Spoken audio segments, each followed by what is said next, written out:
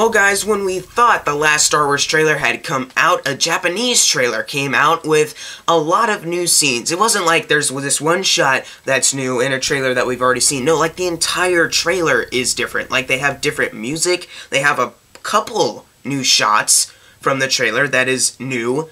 So I should probably talk about it. At first I was like, how many times can I say I'm looking forward to Force Awakens? But after thinking about it, I was like, you know what? Let's talk about it, because there's a lot of cool stuff to talk about. First of all, there's this one really cool shot where you can see a small figure. It's probably Rey standing like right by this engine-looking thing, which is probably the big Star Destroyer that you've seen her in the last trailer. But now we get a shot of her outside of it, which is very cool. I love this wide shot. It looks so terrific, honestly. And there are two sunset shots that happen. There's one where a little speeder bike is going around in the sunset, but then there's another where you see TIE fighters closing in, and there's a big sunset. That was beautiful. I love those two shots. The TIE fighter one in particular, that shot was terrific. And you get a conversation between Rey and BB-8. I guess this is the discovery of BB-8, because she's like, who are you? Where are you coming from? And stuff like that. And BB-8 says that he or she, because there's a thing going on where BB-8 might be a girl. I can understand that. BB-8's little sounds a little like lighter than the R2-D2 one. They're having a conversation about waiting, and Rey says, I know all about waiting.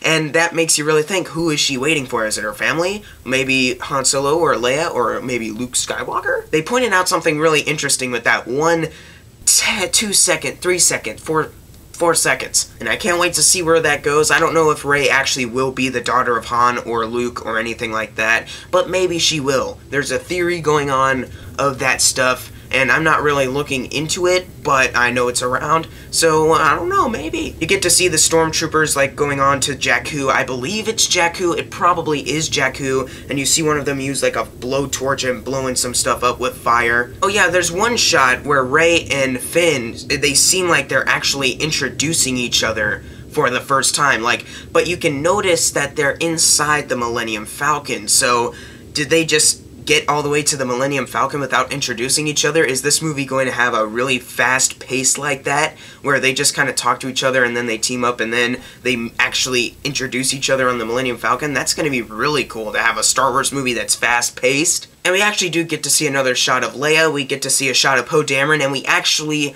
finally get to see C-3PO with his red arm, which we've only seen in photos. It's very short, like 1 second, but he's turning around, and it's cool to see C-3PO back. Can't wait to see R2 as well as him in this movie, because they're like the best robot duo in like any movie ever. Yeah, all robot duos are trumped by C-3PO and R2-D2. And we get to see a really awesome shot of Chewbacca like roaring, and then all of a sudden he clicks a detonator and something blows up. Now that's probably not the same explosion that Chewbacca is causing, because if you look really closely you see green rays going in to where this explosion is taking place, so that's probably not Chewbacca. So we still haven't seen what Chewbacca is doing with this. Probably a really good explosion. And the last thing I should probably talk about is the new shot where you see Rey in the Force, where you see her like angrily like shooting her gun.